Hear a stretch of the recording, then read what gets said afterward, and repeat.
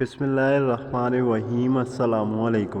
خلیفہ عبد الملک بن مروان بیت اللہ کا طواف کر رہا تھا کہ اس کی نظر ایک نوجوان لڑکے پر پڑی جس کا چہرہ بہت پروقار تھا مگر وہ لباس سے مسکین لگ رہا تھا۔